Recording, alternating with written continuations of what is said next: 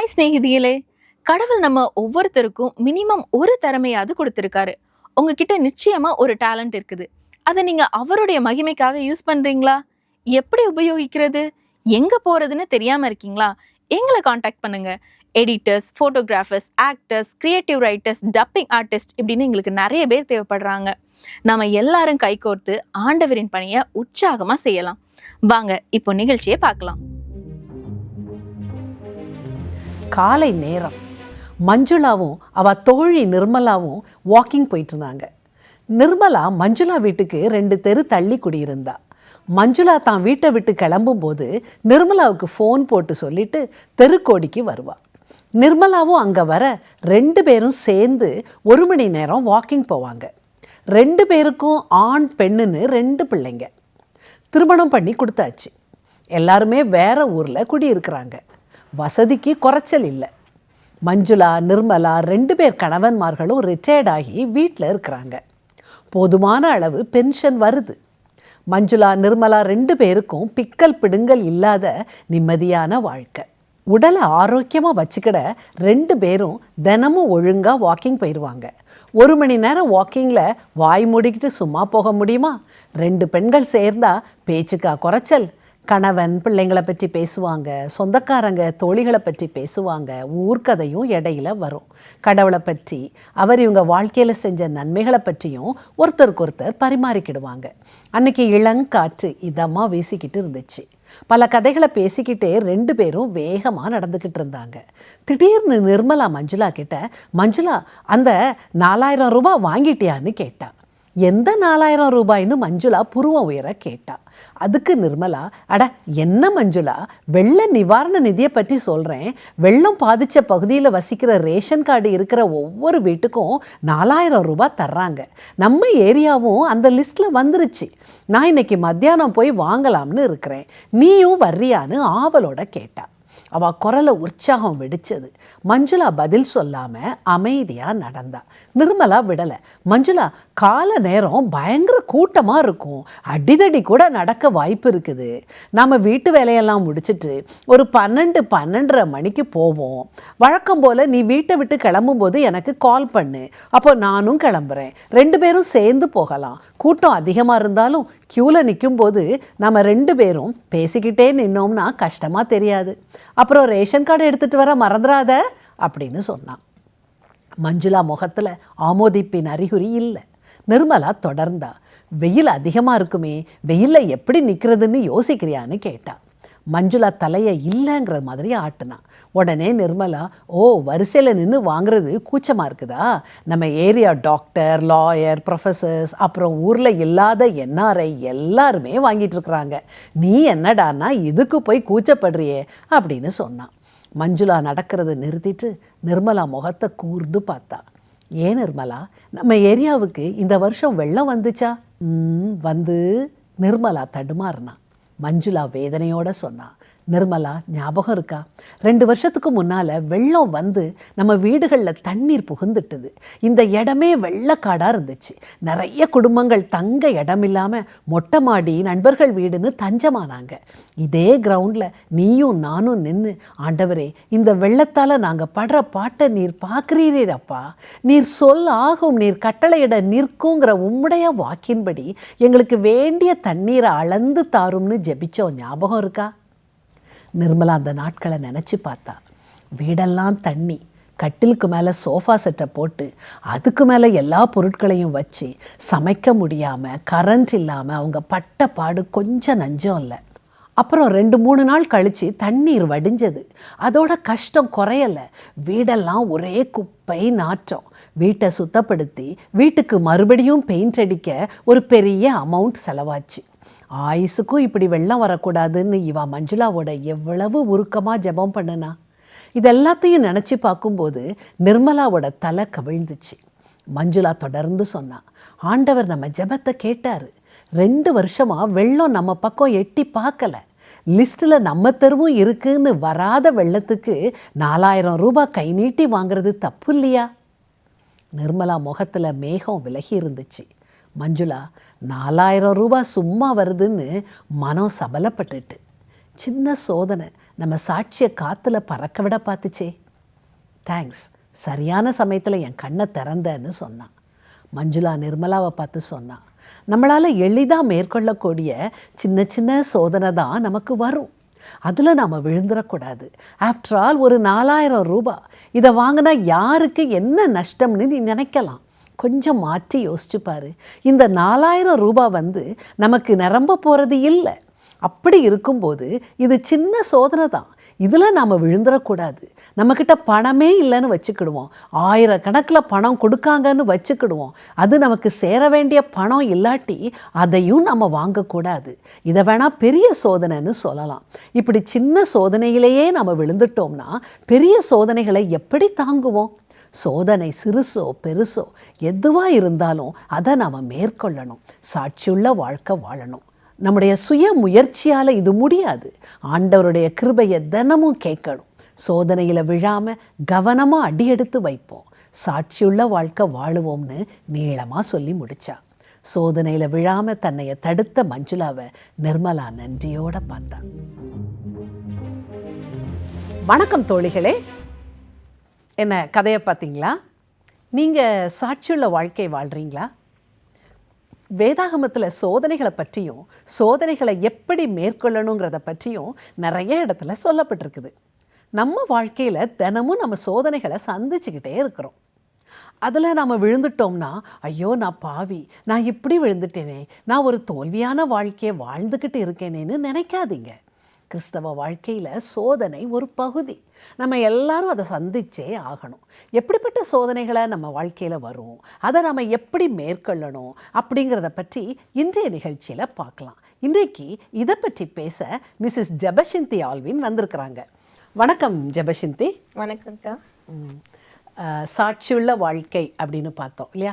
இந்த மாதிரி ரேஷன் கடையில் 4000 ரூபாய் கொடுக்காங்க, அப்படி இதெல்லாம் சின்ன சின்ன விஷயம், இதெல்லாம் நம்ம வாங்கி யாருக்கும் நஷ்டம் வரப்போகிறது இல்லை அப்படின்னு நினச்சிட்டு ஈஸியாக நம்ம இந்த மாதிரி சோதனைகளில் விழுந்துடுறோம். இதை பற்றி நீங்கள் சொல்லுங்களேன் உங்கள் கருத்துக்களை. ஆமாம், அந்த டைமில் எங்கள் வீட்டு பக்கமும் எல்லாரும் ஓடி ஓடி போய் அந்த 4000 ரூபாய் வாங்குறதுக்கு போயிட்டு தான் இருந்தாங்க. வெள்ளம் உங்களை அஃபெக்ட் ஆகாமலே. ஆமாம், வீட்டு பக்கம் எங்கேயும் வெள்ளம் வரல, ஆனாலும் எல்லாரும் அது வாங்குறதுக்கு ஓடி ஓடி தான் போனாங்க. ஆனால் என்னென்னா, மனுஷனுக்கு ஆசை எங்கே விட்டுது, எப்படியாவது ஒரு 4000 ரூபாய் கிடைச்சா நல்லது தான் அப்படி தான் சொல்லி போனாங்க. ஆனால் நம்ம இறைவன் நமக்கு நிறைய ஆசீர்வாதங்களை கொடுத்துருக்குறாங்க. நமக்கு போதுமான அளவுக்கு எல்லா ஆசீர்வாதங்களும் தந்திருக்கிறாங்க. அதில் திருப்தியாக வாழ்கிறதா நமக்கு ஒரு நல்ல ஒரு வாழ்க்கை. நமக்கு என்ன வேணும், தேவை நமக்கு சாப்பிட்றதுக்கு உணவு வேணும், உடுக்கிறதுக்கு உடை வேணும், இருக்கிறதுக்கு ஒரு வீடு, அழகான வீடெல்லாம் கொடுத்துருக்குறாங்க இறைவன். அதில் நம்ம என்ன செய்யணும், திருப்தியாக வாழ கற்றுக்கணும். அதுதான் மனித வாழ்க்கை, கிறிஸ்துவ வாழ்க்கை. 1 தீமோத்தேயு 6:6 என்ன சொல்லியிருக்காங்க பாருங்க, போதும் என்கிற மனதுடனே கூட தெய்வ பக்தியே மிகுந்த ஆதாயம் அப்படின்னு சொல்லியிருக்கிறாங்க. ஆனால் போதும் என்கிற மனசு இன்னைக்கு எத்தனை பேருக்கு தான் இருக்குது? அன்னைக்கு நம்ம பைபிளில் பார்த்தோன்னா, லோத்தின் மனைவி பின்னிட்டு பார்த்தா பாருங்க, அவன் என்ன செய்துட்டா, உப்பு தூணானா. ஆனால் நம்மளோட பொருள் நமக்கு போதும், அடுத்தவங்க பொருளில் நம்ம ஆசைப்படுறது நமக்கு தேவையற்ற ஒன்று. இப்படி தான் பாருங்க, நான் ஸ்கூலுக்கு ஒரு நாள் போயிட்டு இருக்கும்போது அப்படியே பஸ்லேருந்து இறங்கின உடனே அந்த பக்கத்தில் ஒரு 37,000 ரூபா ஒரு கட்டு அப்படியே கிடந்தது. அதை பார்த்து இல்லை ரூபாயா அப்படி ஓப்பனாகவே இருக்குது. போன உடனே அதை பார்த்தேன், எடுத்தேன். உடனே என் மனசில் என்ன தோணுச்சுன்னா, இது நம்மளோட ரூபாய் இல்லை, இதுக்கு நமக்கு தேவையில்லாதது. உடனே கொண்டு அதை என்ன செய்தேன், போலீஸ் ஸ்டேஷனில் ஒப்படைச்சேன்.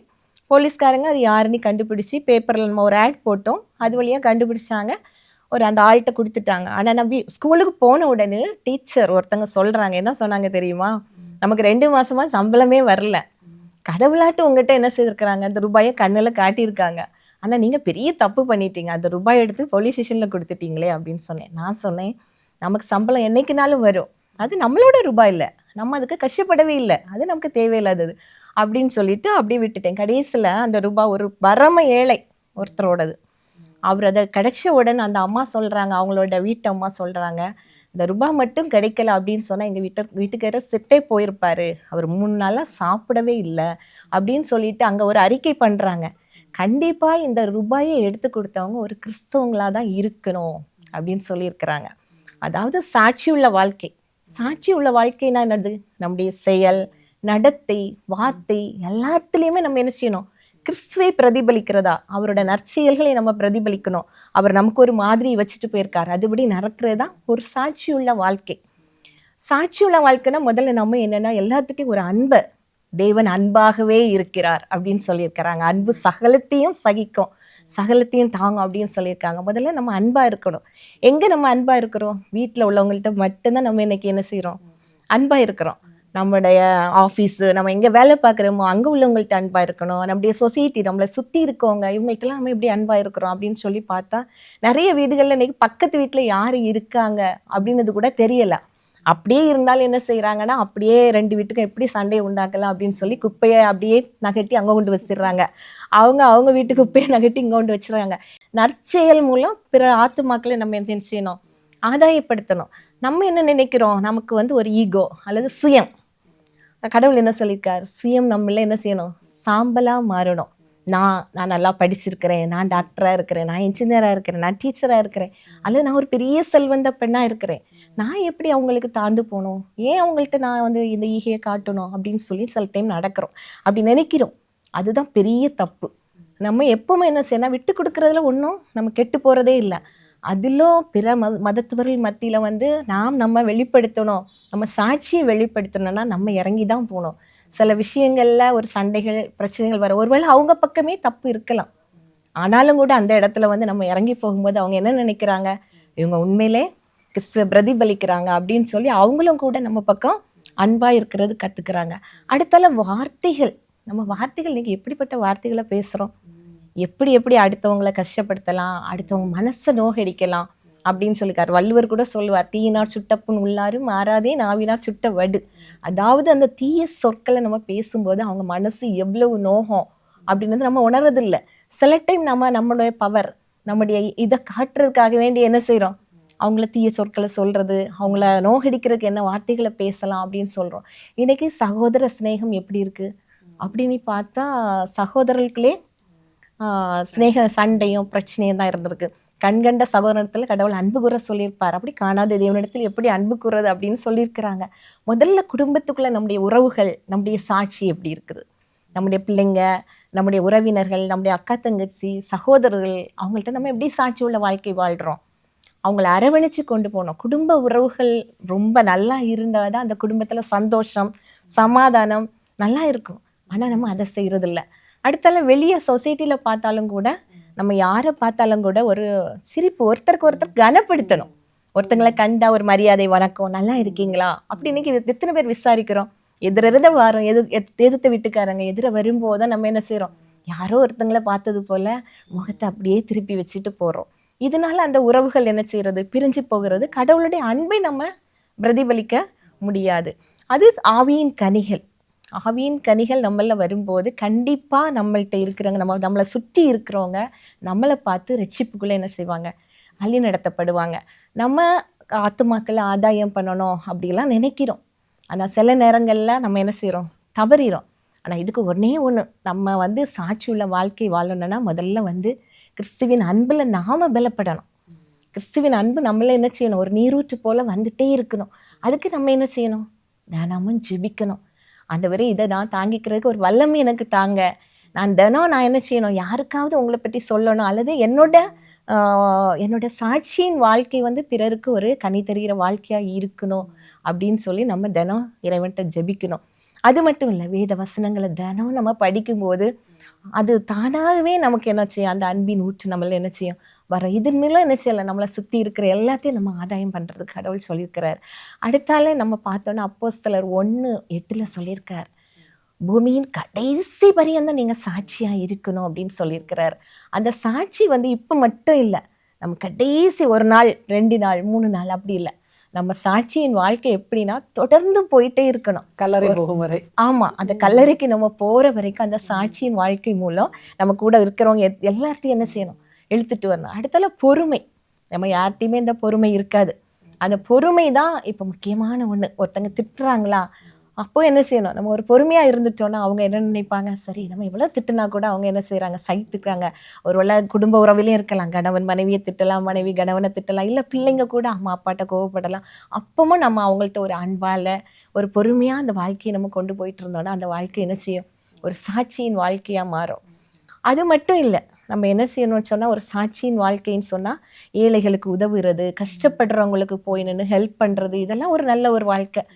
ஒருத்தங்க அடிபட்டு கிடப்பாங்க ரோட்டில். சில டைம் நம்ம கூட ரோட்டில் அடிபட்டிருக்கவங்கள பார்க்குறோம், பார்த்துட்டு என்ன சொல்கிறோம், பார்க்காத போல போயிடுறோம். பிஸி லைஃப் நமக்கு. ஆமா, பிஸி லைஃப். அவங்கள தூக்கி கொண்டு அவங்களுக்கு ஒரு உதவி பண்ணும்போது உண்மையிலே இவங்க கிறிஸ்தவங்க தான், உண்மையிலே இது பிரதிபலிக்கிறாங்க, கிறிஸ்துவை பிரதிபலிக்கிறாங்க. உடனே கேட்பாங்க, இவ்வளவுத்துக்கு நீங்க அக்கறைப்பட்டு என்னைய தூக்கிட்டு போனீங்களே, உங்களுக்கு எப்படி இந்த அன்பு வந்து அப்படின்னு சொல்லும்போது நம்ம அந்த இடத்துல கிறிஸ்துவ பற்றி என்ன செய்யலாம், சொல்லி கொடுக்கலாம். நம்முடைய சாட்சியின் வாழ்க்கை தான் பிறரை வந்து என்ன செய்யறது, மாற்றி நம்ம கடவுள் பக்கத்துல என்ன செய்யறது, கொண்டு வர்றது.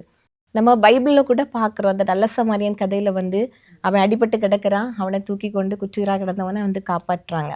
அது வந்து இன்னைக்கும் பேசிட்டு இருக்கிறோம். அதனால நம்ம உதவி செய்யறது ஒரு பெரிய மாற்றத்தை கொண்டு வரோம். இப்படிதான் நாங்கள் ஒரு நாள் காரில் ஊர்லேருந்து வந்துட்டு இருந்தோம். மிட் நைட்டு ஒரு 2 மணி இருக்கும்போது அந்த டோல்கேட்டு நம்ம நாங்குநேரி பக்கம் டோல்கேட்டில் ஒருத்தர் அடிபட்டு குற்றுயிராக இருக்கிற, அவரை சுற்றி ரத்தம் அப்படியே இருக்குது. அப்போ உடனே நாங்கள் பார்த்துட்டு அப்படியே போகலை, உடனே காரை நிறுத்தி அவரை தூக்கி உட்கார வச்சு அவருக்கு தண்ணியெல்லாம் கொடுத்து அதுக்கப்புறம் உடனே போலீஸ்க்கு இன்ஃபார்ம் பண்ணி அவரை ஹாஸ்பிட்டலையும் சேர்த்துட்டோம். ஆனால் அவர் அந்த டைம் நாங்கள் நேரம் ஹெல்ப் பண்ணலைன்னு சொன்னால் அவர் உயிர் கூட போயிருக்கிறதுக்கு வாய்ப்பு இருக்கும். அப்படிப்பட்ட ஒரு கிரிட்டிக்கலான பொசிஷன் அந்த டைமில் வந்து நாங்கள் போய் என்ன செய்கிறோம், உதவி பண்ணுறோம். உடனே அந்த மனுஷன் என்ன பண்ணார், அப்படியே கையெடுத்து எங்களை கும்பிட்டுட்டு நீங்கள் நல்லா இருக்கணுமா அப்படின்னு சொன்னார். அதே போல் அவர் நல்லா சரியாகி வந்த உடனே அவங்க மனைவி எங்களுக்கு ஃபோன் பண்ணி, இன்னைக்கு என்னோட கணவர் வந்து உயிரோடு இருக்கிறாருன்னா நீங்கள் அன்னைக்கு செய்த உதவி, நீங்கள் கிறிஸ்தவங்களா அப்படின்னு உடனே கேட்டாங்க. உண்மையிலே அந்த இடத்துல வந்து நாங்கள் சந்தோஷப்பட்டோம். அவர் சொன்னாங்க, அவங்களுக்கு 3 வயசுல ஒரு சின்ன குழந்தை இருக்குது, என் கணவன் இறந்துருந்தா என்ன இருக்கும் அப்படின்னு சொன்னாங்க. அப்போ உண்மையிலே நம்ம வந்து ரிஸ்க் நினைப்பாங்க. ஆமா, போலீஸ் ஆமா, நம்ம அவங்கள காப்பாத்தினா ஒருவேளை போலீஸ்ல வந்து நம்ம நிக்க வேண்டாம். ஆனா உண்மையில இருந்து கேஸ் எல்லாம் ஆச்சுது, எங்க சாருக்கு நேம் எல்லாம் போட்டு கேஸ் எல்லாம் ஆச்சுது. அப்புறம் அதெல்லாம் விடுதலையாகி அவங்க அது ஒருத்தர் அடிச்சிருக்கிறாரு அவரை. அதனாலதான் அன்னைக்கு குற்றுயிராக இருந்தாங்க. ஆனா இன்னைக்கும் அவங்க எங்கிட்ட பேசிட்டு இருக்கிறாங்க. அப்படின்னு சொன்னா நம்ம அன்னைக்கு செய்த உதவினால அவங்க ஒரு சாட்சி சொல்றாங்க, நீங்க கிறிஸ்தவங்க அப்படின்னு சொல்லி. இதுதான் வாழ்க்கை. நம்ம வந்து ஒருத்தருக்கு ஒருத்தர் உதவி செய்யணும். எந்த ஒரு கஷ்டம் வரும்போது, அந்த கொரோனா டைம்லலாம் நம்ம பார்த்தீங்கன்னு சொன்னா நிறைய பேர் கதவை பூட்டிட்டு அப்படியே உட்காந்துட்டாங்க பாருங்க.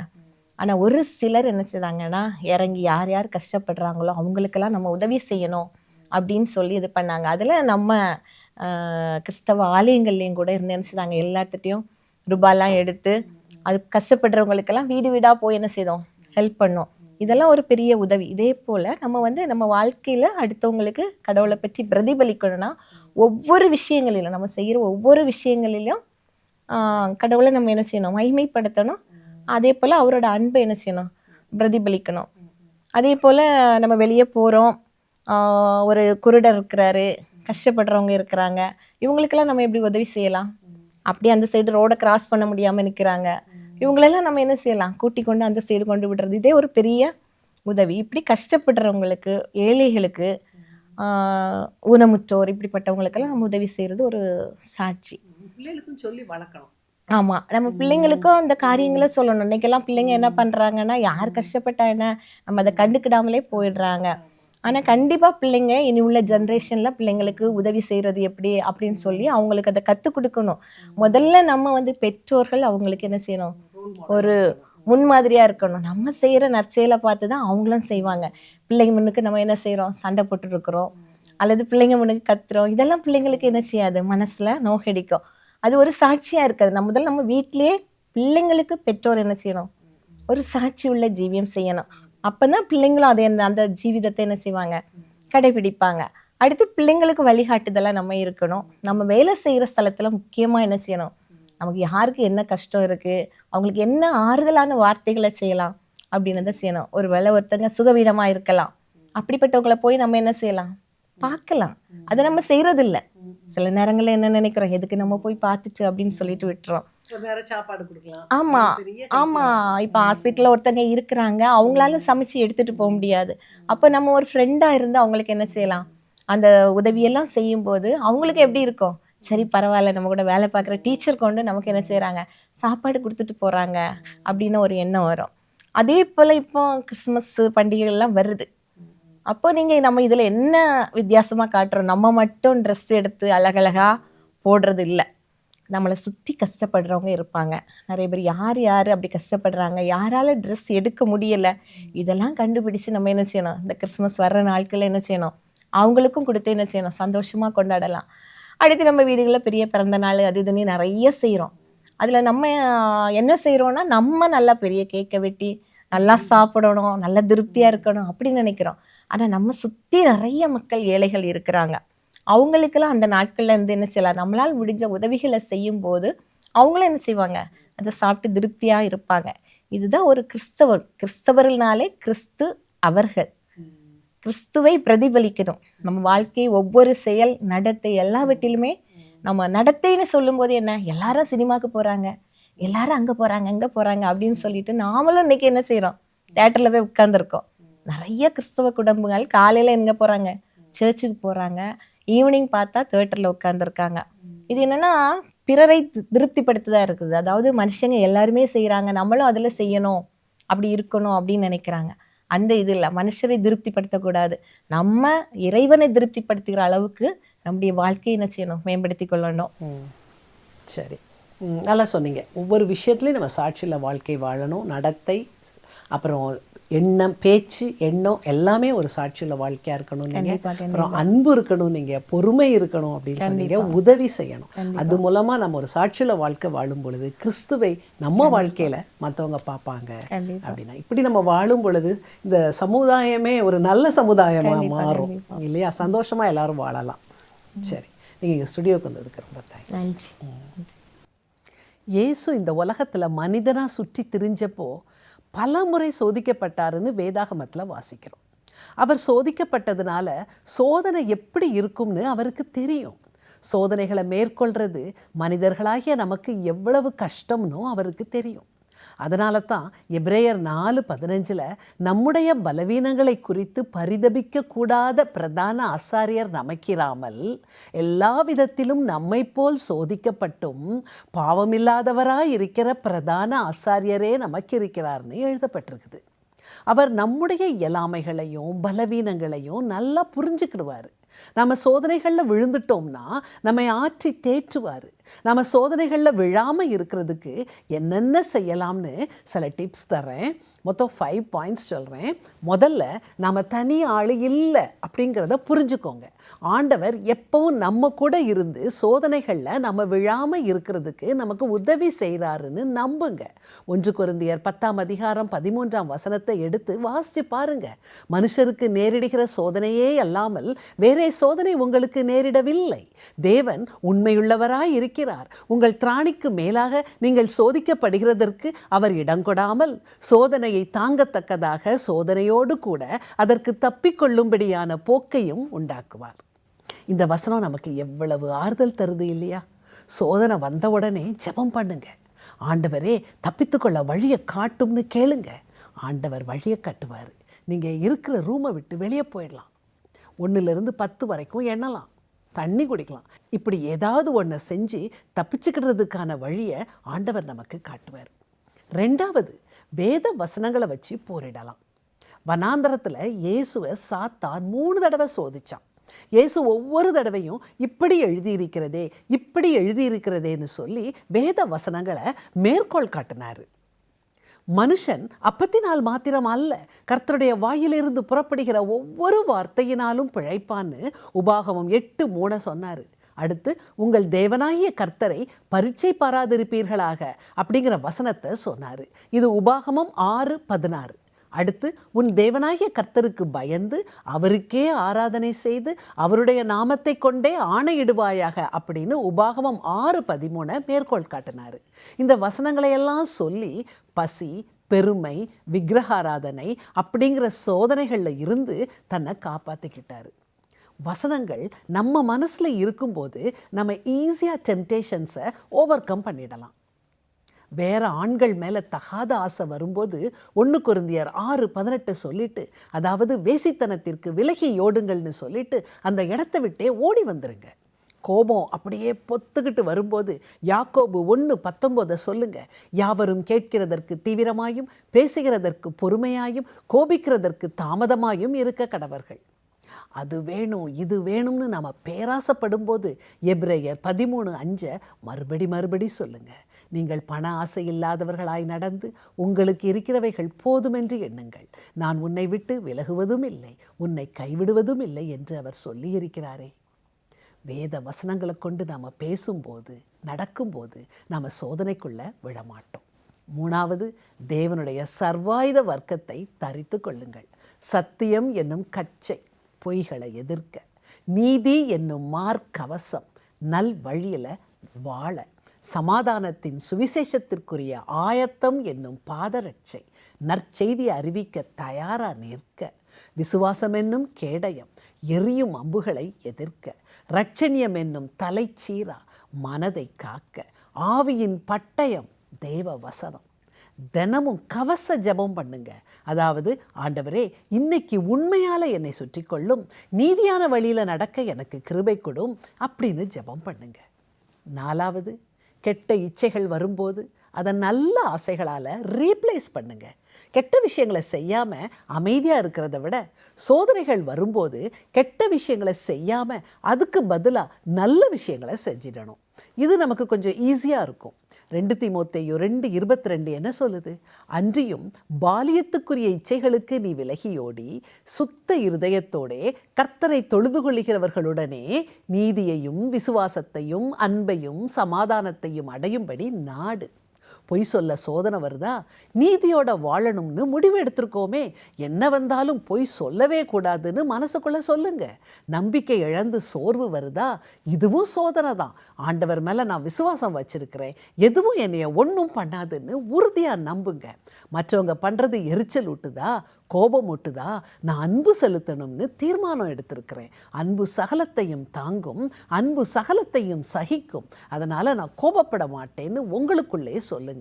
சண்டை சச்சரவு வீட்டில் வரும்போது சமாதானத்தை நாடும் நாம சமாதானம் பண்ணணும். ஆண்டவரே, இதெல்லாம் செய்ய எனக்கு சுய கட்டுப்பாட்டையும் மன வலிமையையும் தாரும்னு எப்பவும் ஜெபம் பண்ணிக்கிட்டே இருப்போம். சுலபமாக சோதனைகளை வென்றிடுவோம். கடைசியாக நம்முடைய பாவத்தை அறிக்கை செஞ்சு கிருபையை பெற்றுக்கிடணும். நம்ம சோதனைக்குள்ளே விழுந்துட்டோம்னா சோர்ந்து போய் நன்மை செய்ய முயற்சி எடுக்காமல் விட்டுறக்கூடாது. ஆண்டவர்கிட்ட நாம் செஞ்ச பாவங்களுக்காக மன்னிப்பு கேட்கணும். 1 யோவான் 1:9 என்ன சொல்லுது?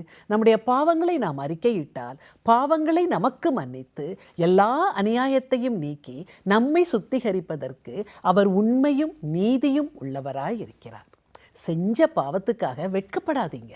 தேவன் நம்முடைய இயலாமைகளை அறிஞ்சிருக்காரு. நாம் விழுந்தா நம்மை தூக்கிவிட அவர் தயாராக இருக்காரு. சரி தோழிகளே, நான் சொன்ன 5 காரியங்களையும் ஞாபகத்தில் வச்சுருக்கீங்களா? முதலாவது, நம்ம தனி ஆள் இல்லை, ஆண்டவர் எப்பவும் நம்ம கூட இருக்காருன்னு உறுதியாக நம்பணும். 2வது, வேத வசனங்களை வச்சு போரிடணும். 3வது, தேவனுடைய சர்வாயுத வர்க்கத்தை தரித்து கொள்ளணும். 4வது, தீமையான இச்சைகள் வரும்போது அவைகளை நல்ல ஆசைகளால் மாற்றணும், அதாவது ரீப்ளேஸ் பண்ணணும். 5வது, நம்முடைய பாவங்களை அறிக்கை செஞ்சு தேவ கிருபையை பெற்றுக்கிறணும். நாம் விழவே மாட்டோம்னு நான் சொல்லலை, விழுவோம். ஆனாலும் ஆண்டவர் துணையால் மறுபடி முயற்சி செஞ்சு எழும்பிடுவோம். நீதிமான் 7 தரம் விழுந்தாலும் மறுபடியும் எழும்புவான்னு வசனம் சொல்கிறது மாதிரி நாம் எழும்புவோம். சரி தோழியரே, இன்றைக்கி கொஞ்சம் அதிகமாக பேசிட்டேன்னு நினைக்கிறேன். நான் கிளம்புறேன். வணக்கம். இன்றைய நிகழ்ச்சி உங்களுக்கு பிடிச்சிருக்குதா? உடனே எங்களுக்கு மிஸ்டு கால் கொடுங்க. இந்த வாரம் பரிசு வெல்ற நேயர் நீங்களாவும் இருக்கலாம். மிஸ்டு கால் கொடுக்க வேண்டிய போன் நம்பரை குறிச்சுக்கிறீங்களா? 0444 908 1228.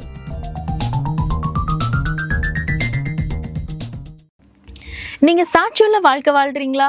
சின்ன சின்ன விஷயங்களையும் உத்தமத்தோடும் உண்மையோடும் இருக்கீங்களா? இப்படி வாழ்றது மூலமா மற்றவங்க முன்னாடி நீங்க ஒரு முன்மாதிரியான வாழ்க்கை வாழலாம். உங்களை பார்த்து மற்றவங்களும் திருந்துவாங்க. மறுபடியும் சந்திக்கலாம். பாய்.